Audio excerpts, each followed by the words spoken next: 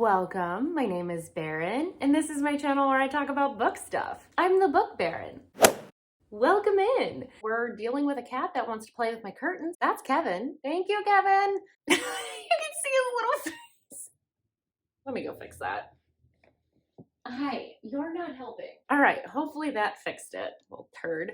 Anyway, so back to what I was saying. So today we're doing something a little bit different. We're doing a tag video to get in the fall vibes, get in the fall spirit. So this is a bookish fall tag that was passed along to me by Juji from 3 Stories with Juji. I will leave her channel linked below in case you want to go check her out. I'll leave all the questions down there as well in case you want to do this video yourself. But without further preamble, let's get into things. Hi, so if you're hearing a whistling sound in the background, that is the wind blowing between my ears because I had no brain that day. I launched a big project for work. Anyway, that aside, I'm going to be jumping in quite a bit for this video because I make no sense when I respond to some of these, so I have to help past me out. All right, back to it. This first one is supposed to be kind of like represent the colors of fall, the crunchy leaves.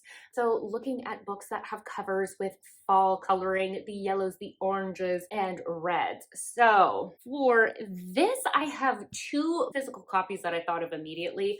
The first one is Heartless. I just like, it's got lots of fall warm colors, and I just think this is really beautiful. This is a small town sort of Western romance between a nanny and a single dad. And the nanny is quite the spitfire. This was one of the first ones that came to mind for me. That's one of them. The other one I thought of was Welcome to the Dark Side, because this is just straight up like pretty much all red. And I don't know about you all, but I associate fall with motorcycle rides. This is an age gap romance and it features a motorcycle club.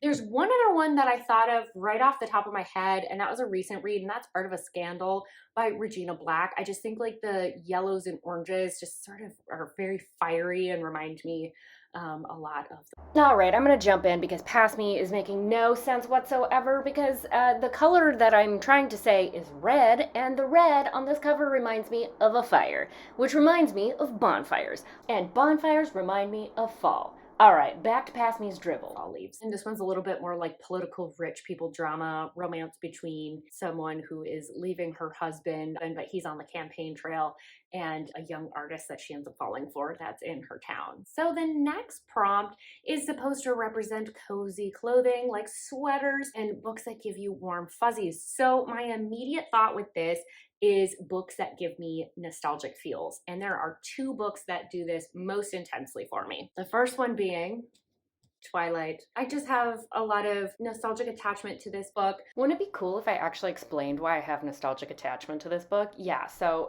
future me is going to do that now. So basically, I stumbled upon Twilight by pure happenstance on the shelves in Barnes & Noble. It was pure magic.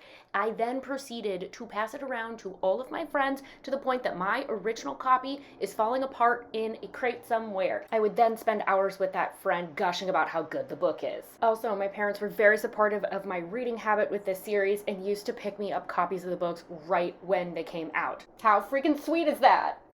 In general, it's one that I rewatch the movies pretty frequently when I need a good laugh, mostly. But that was the first one that I thought of. The other one I thought of is A Discovery of Witches. This is actually the companion guide that goes with that whole series. Especially that first book. It takes place in fall. It's got like so much atmosphere because it's on the Oxford campus, and it's just got like some cozy vibes to it because of that. There's a lot of forced proximity between the 2 main characters, so it just kind of lends itself to cozy vibes, but also I just have a lot of nostalgia. All right, next up is supposed to represent the fall storms, which we get a lot of here in Seattle. So these are books or a genre that you want to curl up with when it's raining. Now, for this to work, we have to pretend I don't live in Seattle because it rains here all the time. So if I just went based on what I want to read when it's raining, it would be all the books because it's always raining. But let's pretend rainstorms are very rare here. The genre that I tend to target is either one, something that really matches the mood. It's very dark, heavy, emotional, something that's very gripping. or something with a lot of atmosphere, like a gothic romance, something that's very vibe heavy, because I want something that's kind of gonna match the weather a little bit. So that's the answer I'm gonna go with for that. There isn't really a particular book that I can think of that I want to curl up with, so I'm just gonna stick with the genre. The next one is supposed to represent the cool air. So this is a character, an awesome character that you'd like to trade places with. So if you are new to my channel for some reason, I have no idea why you're watching this video, to be honest, but welcome all the same. This is kind of a tough question for me because I read a lot of dark romances, so I don't want to experience the things that a lot of my character would be experiencing in general, but I have a few different answers for this. So one is from a recent read, and that is Taylor from Wolf Willow Witch. She is this powerful Norse pagan witch. Unabashedly, after power, she does whatever it takes to get what she wants, and she's just got this like dark sense of humor when she is talking about things, and she is unabashedly judgmental. Like, for example, she at one point makes fun of a lady because she is talking about the Bible like a Disney adult and she cannot handle it. Sorry if you're a Disney adult, but that's fucking hilarious. Another one is Cedar from the Madhouse by Liza James. She is this tough tattoo artist, and she will literally kill to protect the people that are around her. Now, I wouldn't actually want to like off anybody. And the thing that I like about her too is she can be very like sweet and understanding and compassionate as well. So I just feel like she's a very well-balanced character in that regard. I mean, screw book boyfriends. Let's talk about book girlfriends, honestly. And then the last one that I think of is Bennett from Sea of Ruin by Pam Godwin. She's a pirate queen, and that just sounds so cool. She's living life on the high seas. She's the big boss lady. Plus, if you know the ending of this book, that just sounds like a good time. So I'm down for that. So then it's my last pick for that prompt. Next, we have something to represent the hot drinks that are coming around this time of year, like hot apple cider, and if you're me, pumpkin spice lattes. And that is underhyped books that you want to have become the next big thing. Now, when I was thinking about this, I was like, let's just go objectively by the numbers. And both of these books that I'm about to mention have under 1,000 reviews on Goodreads. So like, let's be so for real right now. Why are you personally attacking me in this way? And why are these books not more popular? This is insane to me because these are two more recent reads that I'm absolutely obsessed with that will absolutely be in my top 10 of the year, probably top 5. I'm just like, I just can't believe that these have under 1,000 ratings. Like, this feels like it has to be a federal offense. These books are so good. The first one I'm gonna mention is The Madhouse by Liza James. So this is a sapphic Lizzie Borden retelling. It is so good. It's so dark. It's culty. And it's just got all the things that I love in dark romance. It's got a ride or die, like side character. And especially if you've ever dealt with religious deconstruction, this is definitely one that I think you'll enjoy. The other one is Anointed by Charity B. This is one that I just read this past month, and I loved it so much I wanted to flip it back over and just completely reread it immediately. And once again, dealing with cults. Hi, my name is Baron. I'm obsessed with books that have cults in them. I mean, honestly, I do think I need to start a support group at this point. Kind of getting out of hand. This is like childhood friends to lovers. There's so much tension and angst and dealing with the shame of the system that they've grown up with. And it's just, the character arcs for these characters are so crazy wild that I absolutely love this book so much. All right, the last bookish prompt that we have here. So this is about covering stuff up. So we're gonna be wearing coats and mittens and hats. So what are covers that you like to cover up? So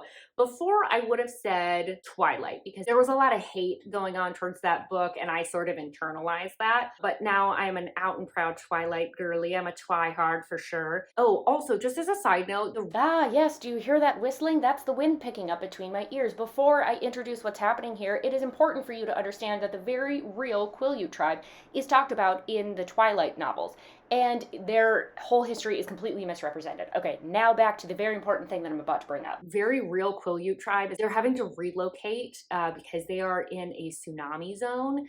So basically in the state of Washington, if there's like an earthquake off the coast, there's a lot of our coastline that could be impacted by a tsunami, which threatens literally their lives, but also just like their culture in general. So I'm gonna leave a link in the description to donate to their Higher Ground Fund in case anybody else wants to do that. I do it every time I do something Twilighty, because I figure if Stephenie Meyer's getting some of my money, the Quillier tribe should benefit as well. Now that said, I don't tend to hide a lot of books or their covers just because I don't own a ton of books physically. And if I don't like the look of the cover, I literally won't buy the book. I'll just read an e-version of it. But right now, this is one that was passed along by a friend, and it is After by Todd. Now, I know that there's other versions of this cover that are much nicer. I hate covers that feature the actors and actresses from a movie adaptation. It's one of my pet peeves, and I don't like people on my covers in general because I just find that very boring and cliche. So I guess this would be my answer for that. I can't say that I'm out and proud about owning this particular copy of After, but it was free, so can I really complain? Not really. All right, next up is all the pumpkin spice things. So asking about favorite fall comfort foods or drinks. So I have a couple different answers for this. So I'm gonna do something sweet, something savory, and then I'm gonna do a beverage as well. So for savory, I'm obsessed with chili. I love chili. I literally call our stock pot our chili pot because pretty much it makes chili and other soups. For sweet things, anything with cream cheese frosting, like a pumpkin bar. Oh wow, my Midwest is showing there, calling it a pumpkin bar, but I don't know the actual name for these things. Or like carrot cake. Those have the similar types of like spice combos, and I just associate both of those flavor profiles with the fall. And then cream cheese frosting. If you don't like cream cheese frosting, like I will fight you in the streets. Not really, because I'm actually very, very passive, but like in theory I would. So my last one, besides pumpkin spice lattes, because I really do actually like those bad boys. So this is a Polish drink or like a cocktail. Jarlotka, it's like apple pie. That's what this word would be translated into in English.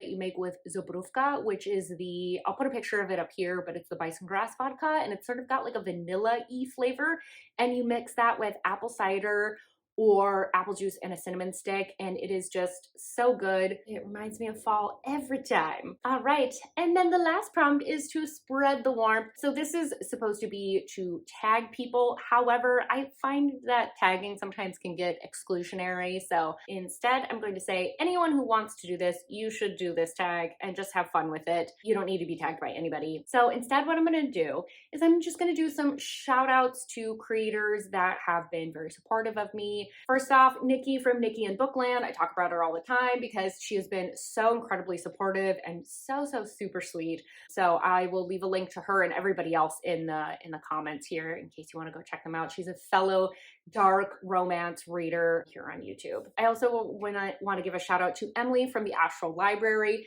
She comments, I kid you not, on like every video. She watches and leaves detailed comments. She reads a lot more classics and fantasies. I also want to give a shout out to Tara from Tara Talks Books. We have been interacting here on YouTube since literally the beginning of my channel. She helped me get into historicals when I didn't know where to start with the genre, and she gave me this whole list and was like super helpful with that. To a newer friend who's actually over on Instagram, she's not here on YouTube, that's Cynthia from Kindle After Dark. She once again reads a lot of dark romances on KU and by indie published authors.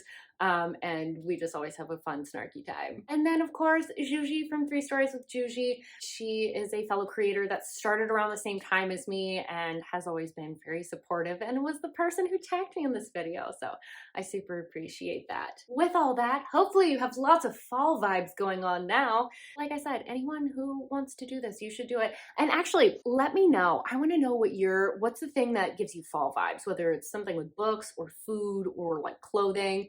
What gives you fall vibes? I want to know. Tell me everything. Don't forget to like this video if you liked it. Subscribe if you want more content from me. And I hope to see you on my next video. Bye-bye.